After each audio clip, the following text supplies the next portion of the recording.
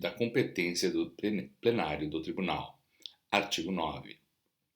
Compete ao plenário do Tribunal, dentre outras atribuições previstas nesta lei, inciso 1, zelar pela observância desta lei e seu regulamento e do regimento interno.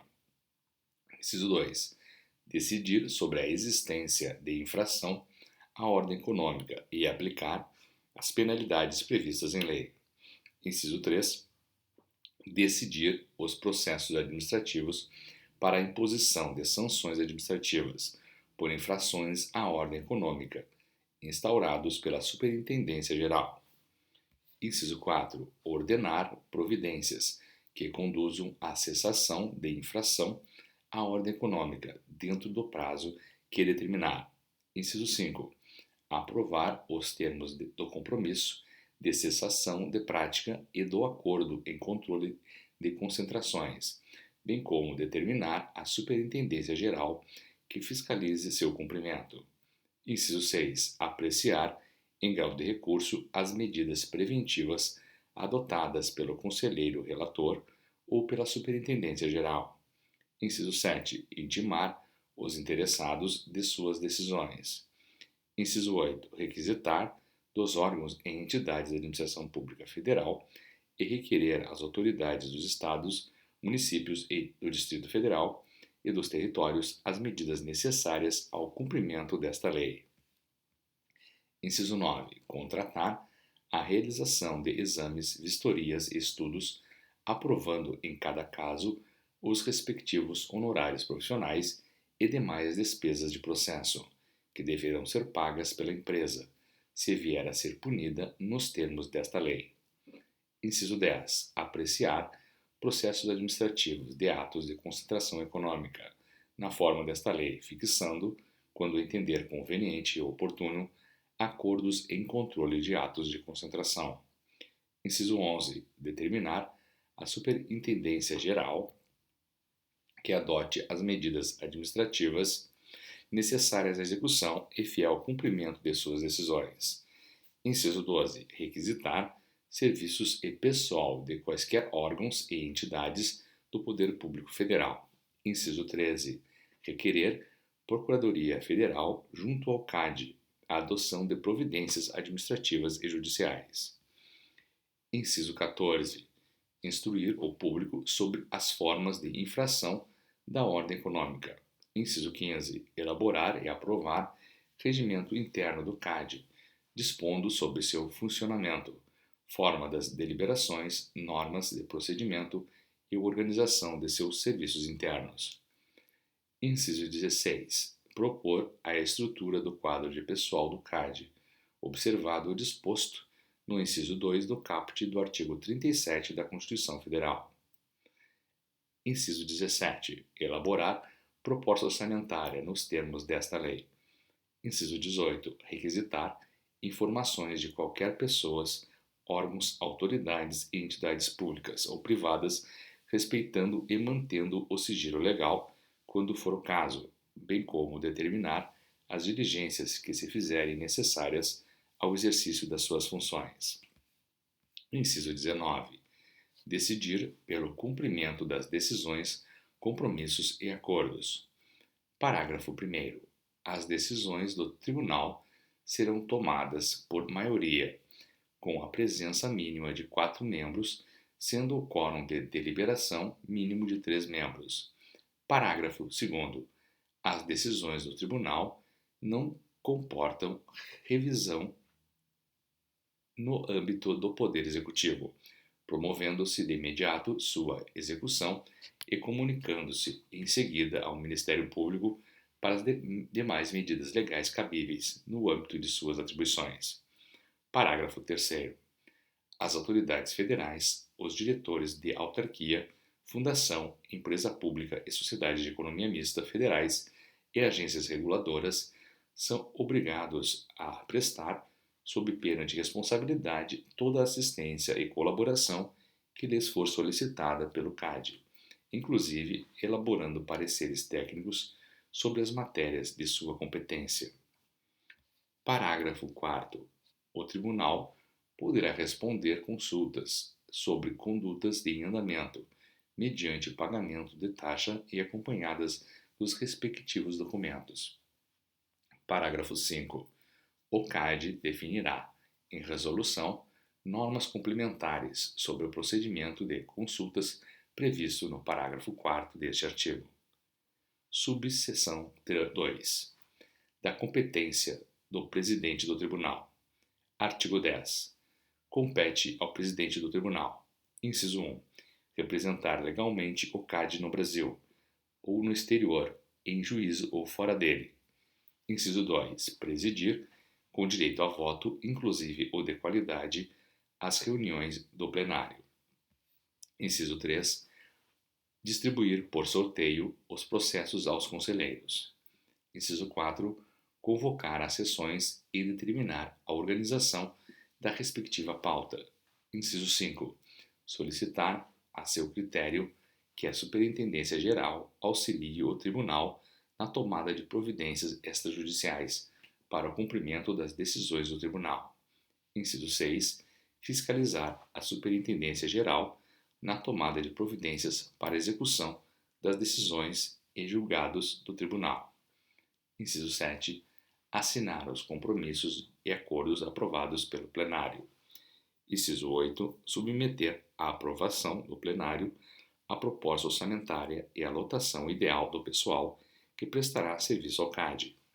Inciso 9. Orientar, coordenar e supervisionar as atividades administrativas do CAD. Inciso 10. Ordenar as despesas atinentes ao CAD, ressalvadas as despesas da unidade gestora da Superintendência Geral. Inciso 11. Firmar contratos e convênios com órgãos ou entidades nacionais e submeter previamente ao Ministro de Estado da Justiça os que devam ser celebrados com organismos estrangeiros e internacionais. Inciso 12. Determinar à Procuradoria Federal, junto ao CAD, as providências judiciais determinadas pelo Tribunal. Subseção 3. Da competência dos conselheiros do Tribunal. Artigo 11. Compete aos conselheiros do Tribunal. Inciso 1. Emitir voto nos processos e questões submetidos ao Tribunal. Inciso 2. Proferir despachos e lavrar as decisões nos processos em que forem relatores. Inciso 3. Requisitar informações e documentos de quaisquer pessoas, órgãos, autoridades e entidades públicas ou privadas, a serem mantidos sob sigilo legal quando for o caso, bem como determinar as diligências que se fizerem necessárias. Inciso 4. Adotar medidas preventivas, fixando o valor da multa diária pelo seu descumprimento. Inciso 5. Solicitar, a seu critério, que a Superintendência Geral realize as diligências e a produção das provas que entenderem pertinentes nos autos do processo administrativo na forma desta lei. Inciso 6. Requerer à Procuradoria Federal, junto ao CAD, emissão de parecer jurídico nos processos em que forem relatores, quando entenderem necessário e em despacho fundamentado na forma prevista no inciso 7 do artigo 15 desta lei. Inciso 7. Determinar ao economista-chefe, quando necessário, a elaboração de pareceres nos processos em que forem relatores, sem prejuízo da tramitação normal do processo, e sem que tal determinação implique em a suspensão do prazo de análise ou prejuízo à tramitação normal do processo. Inciso 8. Desincumbir-se das demais tarefas que lhes forem cometidas pelo regimento. Inciso 9. Propor termo de compromisso de cessação e acordos para aprovação do Tribunal. Inciso 10. Prestar ao Poder Judiciário, sempre que solicitado, todas as informações sobre andamento dos processos, podendo inclusive fornecer cópias dos autos para instruir ações judiciais. Seção 3. Da Superintendência Geral. Artigo 12. O CAD terá sua estrutura uma Superintendência Geral, com um Superintendente Geral e 2 superintendentes adjuntos, cujas atribuições específicas serão definidas em resolução. Parágrafo 1º.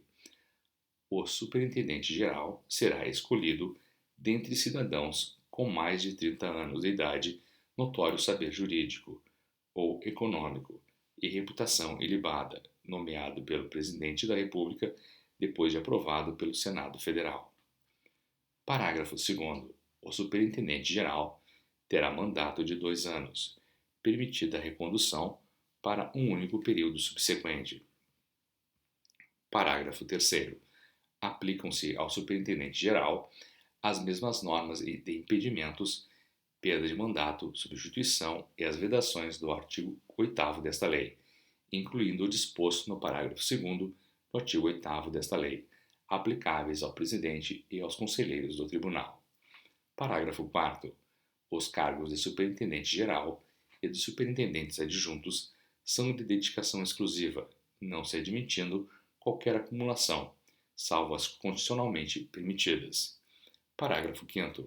Durante o período de vacância que anteceder a nomeação de novo superintendente-geral, assumirá interinamente o cargo um dos superintendentes adjuntos, indicado pelo presidente do tribunal, o qual permanecerá no cargo até a posse do novo superintendente-geral, escolhido na forma do parágrafo 1º deste artigo.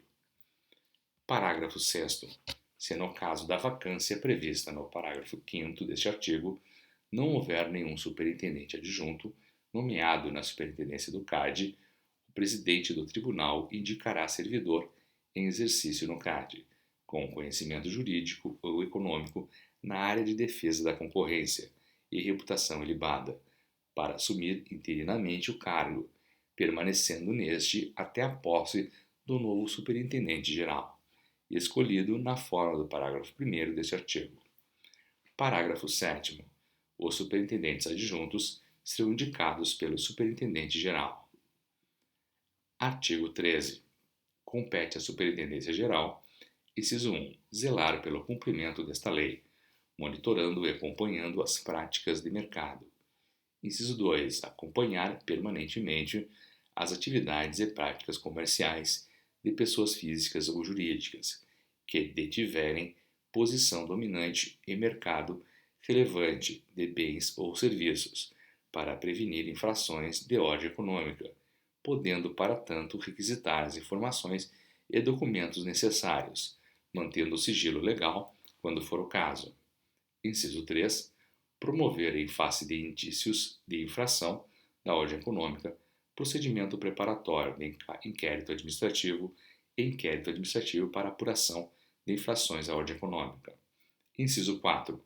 Decidir pela insubsistência dos indícios, arquivando os autos do inquérito administrativo ou de seu procedimento preparatório. Inciso 5. Instaurar e instruir processo administrativo para imposição de sanções administrativas por infrações à ordem econômica, procedimento para apuração de ato de concentração, processo administrativo para análise de ato de concentração econômica e processo administrativo para imposição de sanções processuais incidentais, instaurados para prevenção, apuração ou repressão de infrações à ordem econômica. Inciso 6. No interesse da instrução dos tipos processuais referidos nesta lei, alínea A. Requisitar informações e documentos de quaisquer pessoas físicas ou jurídicas, órgãos, autoridades e entidades, públicas ou privadas, mantendo o sigilo legal, quando for o caso, bem como determinar as diligências que se fizerem necessárias ao exercício de suas funções. A linha B. Requisitar esclarecimentos orais de quaisquer pessoas físicas ou jurídicas, órgãos, autoridades e entidades públicas ou privadas, na forma desta lei. A linha C. Realizar inspeção na sede social, estabelecimento, escritório, filial ou sucursal de empresa investigada, de estoques, objetos, papéis de qualquer natureza, assim como livros comerciais, computadores e arquivos eletrônicos, podendo-se extrair ou requisitar cópias de quaisquer documentos ou dados eletrônicos. A linha D. Requerer ao Poder Judiciário, por meio da Procuradoria Federal, junto ao CAD, mandato de busca e apreensão de objetos, papéis de qualquer natureza, assim como de livros comerciais, computadores e arquivos magnéticos de empresa ou pessoa física, no interesse de inquérito administrativo ou de processo administrativo, para imposição de sanções administrativas por infrações à ordem econômica, aplicando-se no que couber o disposto no artigo 839 e seguintes da Lei 5.869, Código de Processo Civil, sendo inexigível a propositura de ação principal. A linha E. Requisitar vista e cópia de documentos e objetos constantes de inquéritos e processos administrativos, instaurados por órgãos ou entidades da Administração Pública Federal. A linha F. Requerer vista e cópia de inquéritos policiais, ações judiciais de quaisquer natureza, bem como de inquéritos e processos administrativos instaurados por outros entes da Federação, devendo o Conselho observar as mesmas restrições de sigilo eventualmente estabelecidas nos procedimentos de origem. Inciso 7. Recorrer de ofício ao Tribunal quando decidir pelo arquivamento de processo administrativo para imposição de sanções administrativas por infrações à ordem econômica. Inciso 8. Remeter ao Tribunal para julgamento os processos administrativos que instaurar, quando entender configurada infração da ordem econômica. Inciso 9. Propor termo de compromisso de cessação de prática por infração à ordem econômica, submetendo à aprovação do Tribunal, e fiscalizar o seu cumprimento. Inciso 10. Sugerir ao Tribunal condições para a celebração de acordo, em controle de concentrações e fiscalizar o seu cumprimento. Inciso 11. Adotar medidas preventivas que conduzam à cessação de prática que constitua infração da ordem econômica, fixando o prazo para o seu cumprimento e o valor da multa diária a ser aplicada no caso de descumprimento. Inciso 12. Receber e instruir e aprovar ou impugnar perante o Tribunal os processos administrativos para análise de ato de concentração econômica. Inciso 13. Orientar os órgãos e entidades de administração pública quanto à adoção de medidas necessárias ao cumprimento desta lei. Inciso 14. Desenvolver estudos e pesquisas objetivando orientar a política de prevenção de infrações da ordem econômica. Inciso 15. Instruir o público sobre as diversas formas de infração da ordem econômica e os modos de sua prevenção e repressão. Inciso 16. Exercer outras atribuições previstas em lei. Inciso 17. Prestar ao Poder Judiciário, sempre que solicitado, todas as informações sobre o andamento das investigações, podendo inclusive fornecer cópias dos autos para instruir ações judiciais. Inciso 18. Adotar as medidas administrativas necessárias à execução e ao cumprimento das decisões de plenário. Artigo 14. São atribuições do Superintendente-Geral. Inciso 1. Participar para entender necessário, sem direito a voto, das reuniões do Tribunal e proferir sustentação oral na forma do regimento interno. Inciso 2. Cumprir e fazer cumprir as decisões do Tribunal na forma determinada pelo seu presidente. Inciso 3. Requerer à Procuradoria Federal, junto ao CAD, as providências judiciais relativas ao exercício das competências da Superintendência Geral. Inciso 4. Determinar ao economista-chefe a elaboração de estudos e pareceres. Inciso 5. Ordenar despesas referentes à unidade gestora da Superintendência Geral. Inciso 6. Exercer outras atribuições previstas em lei.